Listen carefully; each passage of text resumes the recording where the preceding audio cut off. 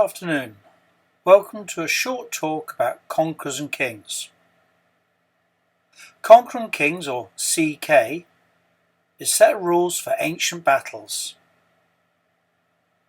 Here's a typical army for it. Here's a German army. See the main warband units, 3 bases per unit. See the skirmishers, 2 bases per unit. And there's some cavalry too. Typical army is about 150 figures. These particular figures are Peter Pig 50mm ones. These were based up for edition 1 in 1998. This video is about edition 2, 2023, 25 years on. Conquerors and Kings is a gridded ancient game. As I said, this is 25 years ago, edition 1. The grid allows units to move as blocks.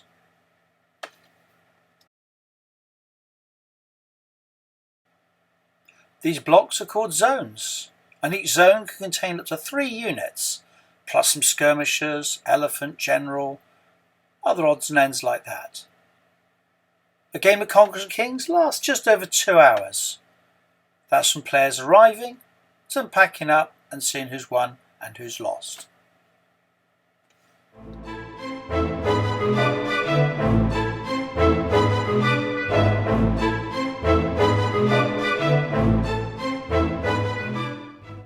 Conquerors and Kings is a game which 2 players play, or you could have 2 per side.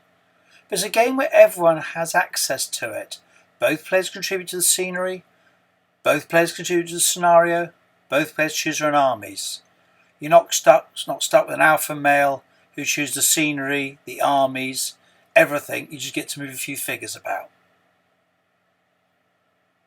Here's another CK army. This one's Imperial Romans.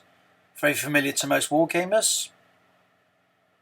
There's the armoured troops on the right, which count as close order infantry. Auxiliary troops in the middle, called auxiliaries, is a generic term. Skirmishers on the left, every army needs skirmishers. And the 2 generals, always 2 generals, on the top right corner. And they fight as a unit. This army is relatively small because it's got armour and some good quality troops. The base sizes don't matter. They just operate in groups of 3, because once again the zone or grid nature means you move men from one zone to another zone. This particular army you see before you was used 26 years ago on our tour of America at Brookhurst Hobbies, among other places, and Strategicon and Historicon.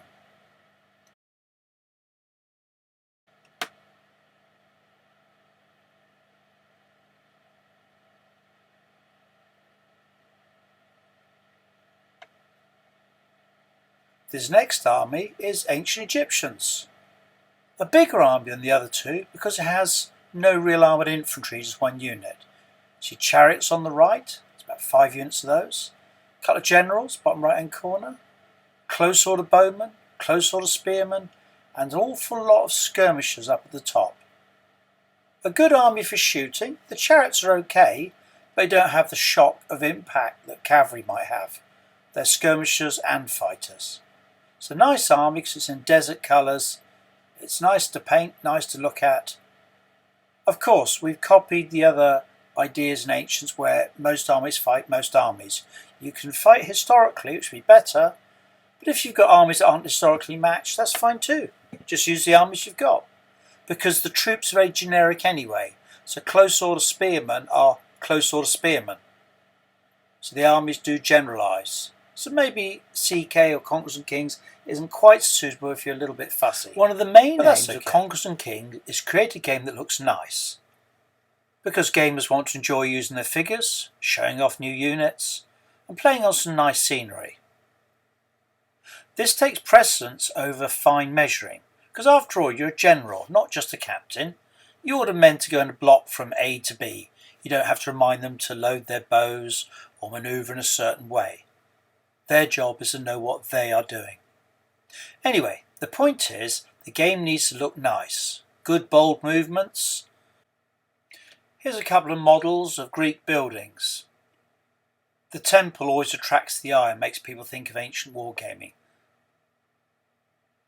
Once again, the idea is the template marks the area, not the exact buildings. This is not a skirmish game. Therefore, once your troops enter the template, move the buildings around, just so your troops can stand up nicely and look good.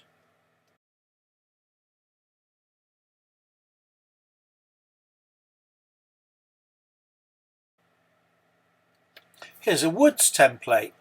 Once again, the trees and figures should look attractive. You may or may not like them, but I think they look very nice.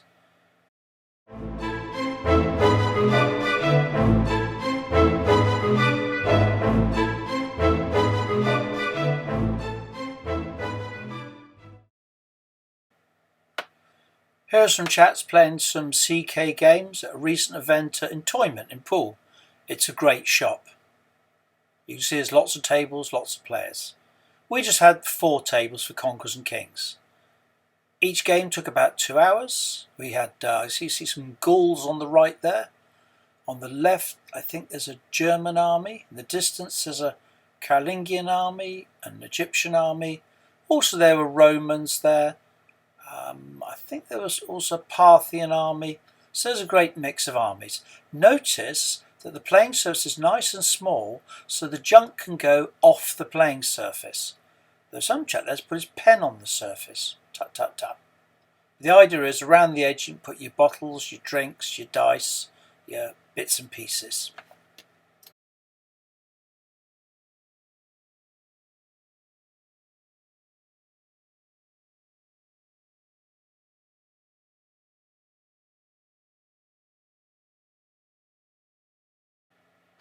Here is a 50mm successor army ready to start the game.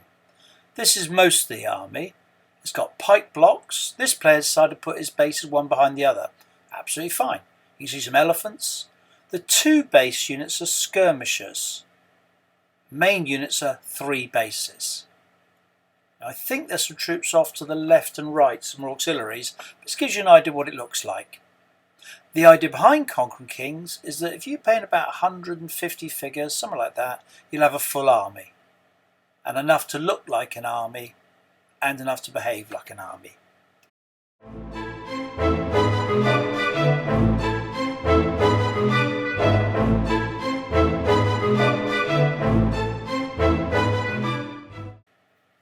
Here is a unit for Conquerors and Kings. This particular one is Alexander the Great's companions.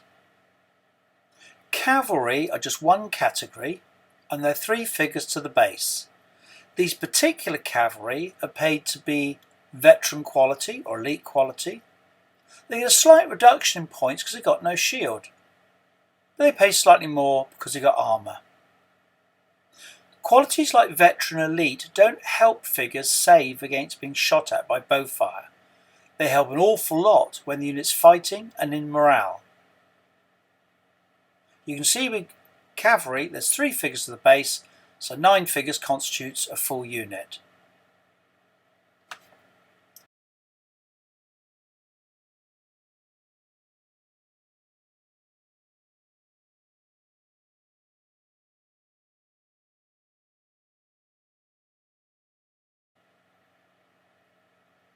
Here's a Wargamer favourite, elephants. Elephants in Conquerors and Kings, or CK, are based singly. They still represent several elephants, but they're based singly. They're not very manoeuvrable. They can't go into the rough ground, the steep hills, the woods, the villages, that sort of thing. But they do provide a little bit of shock for any zone that's attacking, and they affect horses a little bit. But elephants, as I said, nice to use. A successor army might deploy 3 elephant models.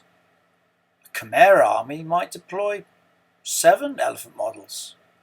But they look nice on the battlefield, and players do enjoy using them.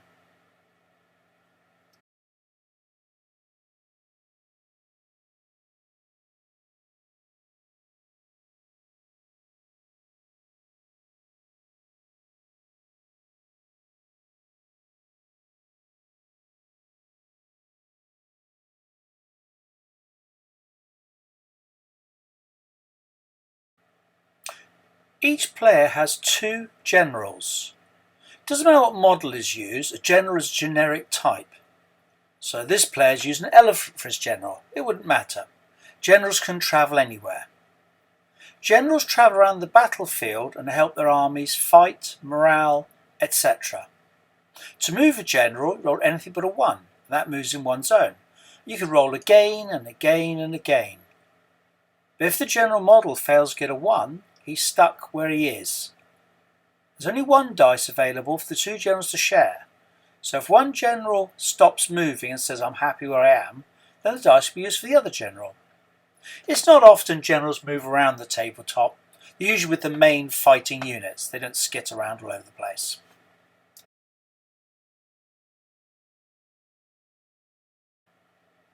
At the game's start, generals can earn or be awarded gifts.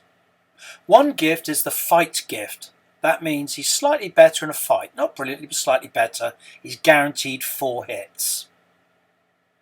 The morale gift guarantees that he never needs to roll more than 4d6 for morale, which is quite good, although rolling 4 dice for morale would be a pretty dire situation.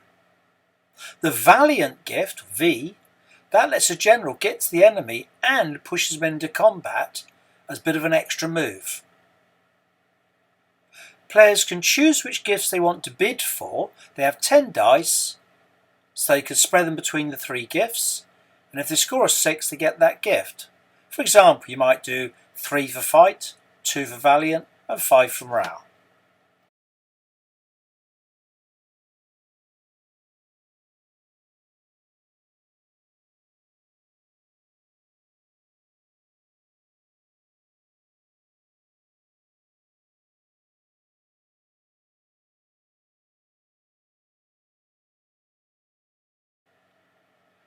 Here's a zone with quite a few items in it. At the front is a pike unit, 3 bases, 4 figures to the base. There are 2 elephants and a skirmish unit. Because the game uses zones, it doesn't matter where the soldiers are in the zone, so long as they look nice and it's very clear what's going on. So where the elephants is the rear or the side makes no difference at all. That's not the general's problem. The general directs lumps of troops to fight other lumps of troops. Skirmishers are very, very important in Conquerors and Kings because they absorb casualties, and when skirmisher bases get damaged, they don't put down casualty markers. Casualty markers are what causes morale. The more markers, the worse it is. Every half base that's killed or dies puts down a casualty marker. Typically, men save on a 4, 5, 6 against shooting. Elephants save on a 3, 4, 5 or 6. Armoured troops might save on a 2, 3, 4, 5, 6. Skirmishers save on a 4, 5, 6. Skirmishers are one generic lump. They're all just skirmishers. We haven't bothered to make them into slingers, archers, javelin men, etc.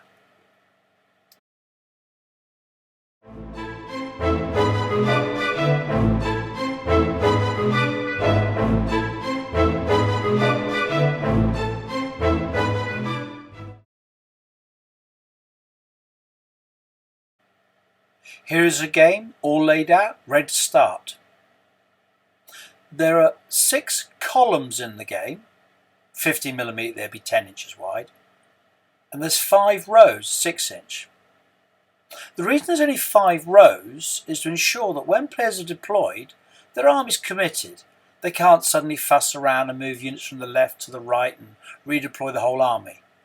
Because if you did that, anyone with a plan would have it undone by the enemy saying, oh, I can see what you're doing, and I'm remaneuver the whole army. That would just be a bit odd. On the right is the defender army, because it's 2 rows in. On the left is the attacker army. CK games are always defence-attack. They're not just 2 equal armies trying to turn up for a bash. One army attacks, one army defends, and the criteria for their victory is slightly different. In this particular game, it looks like they're all infantry. I don't see many cavalry. There's probably a few there, but mostly infantry in the game. That bit of rough ground looks nasty. In the centre of the table, you can't have anything like rough ground, trees and buildings, only gentle hills. That's why the nearest 2 columns have got scenery in them, and the next column's got a hill in it, and the next column's got nothing. So that's the centre of the battlefield. Just at the top of the picture you can see the tip of yet another hill. Players get about 5 turns each, but there is a countdown system whereby each player rolls a d6 and takes from a total. And when it's a 0, the game is over. To win a game, you want to kill enemy troops, of course. There are bonuses for killing generals, if that happens, but also it's the zones of the battlefield. All the zones on Defender's Edge are worth a little bit more. So their rearmost zone is worth 3, the second zone in is a 6, but the attacker zones will all just worth 1 each. So if the attacker sits where he is, he may be happy, but he won't win the game because he hasn't taken many zones. Also there's points for killing different troop qualities. For example, levy and skirmishers aren't worth a lot of victory points, whereas your veterans and your armoured are worth more victory points. Most armies have a pretty good chance of winning. The reason we've done that is to encourage people to build the army they fancy building. So someone to build a nice Midianite army or a medieval army, they can. And they both got a good chance of success without having any super army. Mainly that's because of generic troop types.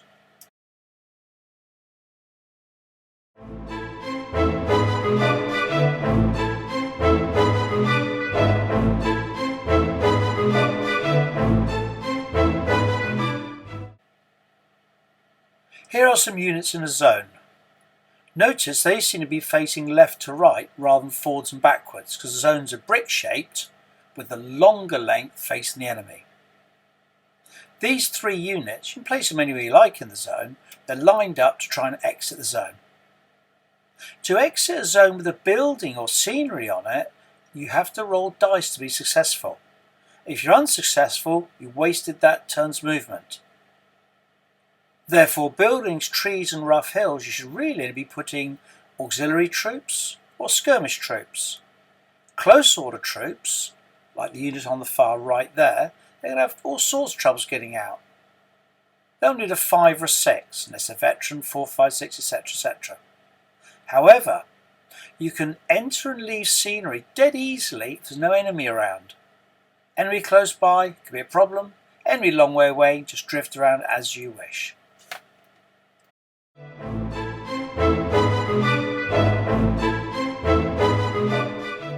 Here's a zone with some Parthian armoured cavalry at the bottom and some Egyptian archers, etc. at the top.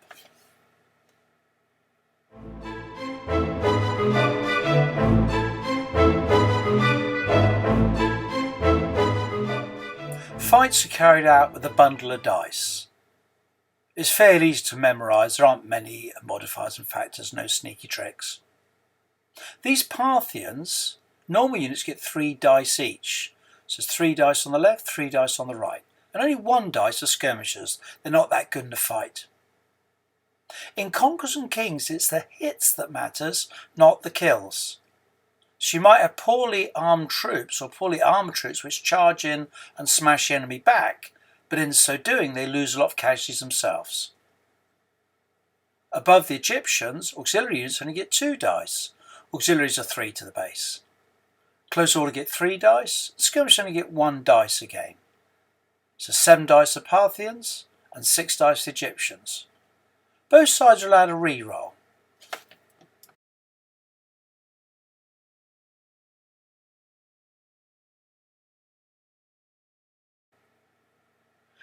Here are some Imperial Romans setting off towards the enemy. The zone on the right, you can see the black dots delineating the zones. That's full, 3 units fills the zone. Although a skirmish unit's allowed in, doesn't count as overfilling it. A general's allowed in, doesn't count as overfilling it. A first elephant or artillery piece, that sort of thing. These Romans are the ones that fought in Edition 1 25, 26 years ago. So they've done quite well. They're Peter Pig Romans. Very nice they are too.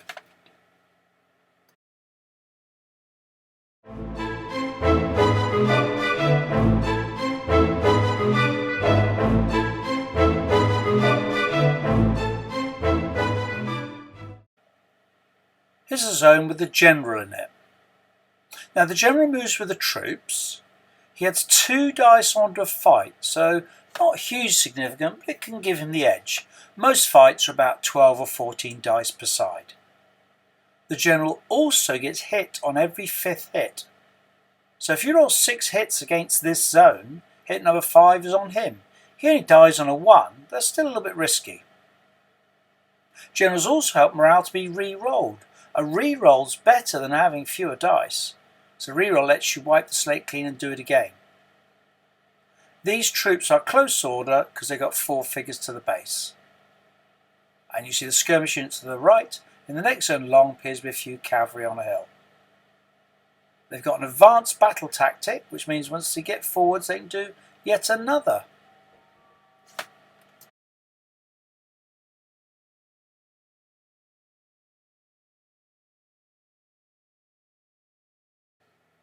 Here's a nice big picture of a game in progress. Romans are on the upper part of the picture, and the lower part of the picture are Germans. The Germans got all sorts of little markers littered around. It's getting a little bit messy there. The little markers with words on them tell you about their battle tactics. I see Fury on the right, little red one. And also I see a few casualties here and there. They're little dead bases there. That'll count towards morale. The zone centre front, the German zone, I can see 1, 2, 3, 4 dead bodies and a few half bases. 4 dead bodies will cause 4 dice to be rolled. You've got hostile Romans on the left, that's a 5th dice. Another hostile face in front, that's 6 dice. You have to roll 6 dice for morale. And every 4, 5, 6 is a failure.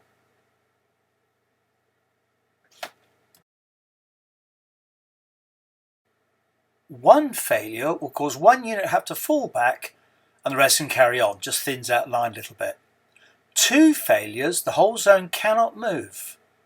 3 failures, some of the men will run away and the zone cannot move. That is bad news. But 3 failures is not that common. You'll be rolling on average about 6 dice to get 4, 5, 6s.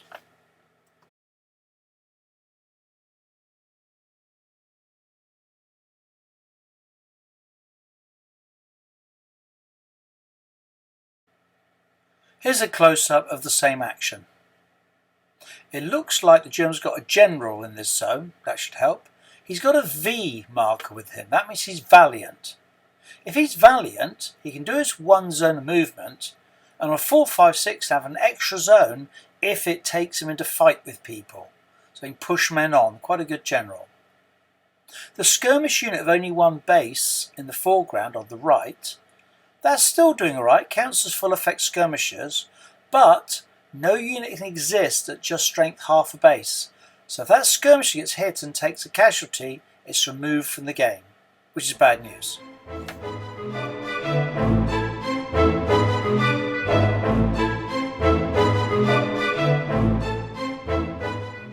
Overall, Conquerors and Kings is a nice game to play. There are no hidden special reveals. Everything's on the table. There's no tricks of any sort. There's plenty of dice, fine, but skill should make 80% of the victory, and 20% should be based on just pure luck. All armies are allowed to be played using it. The army book's free to download on the Peter Pig website. It's a lovely little game. New players can play quite easily, and experienced players will do better. But it's not a set of rules where a really good player beats everyone before him and wins all the competitions. That would be very dull indeed. And also it lets players paint up the soldiers they want to paint up, the scenery they want to paint up, and they get ownership of choosing the terrain, the armies, what's going to happen. I do hate it turning up and someone's worked out the armies, the scenario, they laid all the troops out for you. You might as well not pop along, they can just do it themselves and let you know the result later on.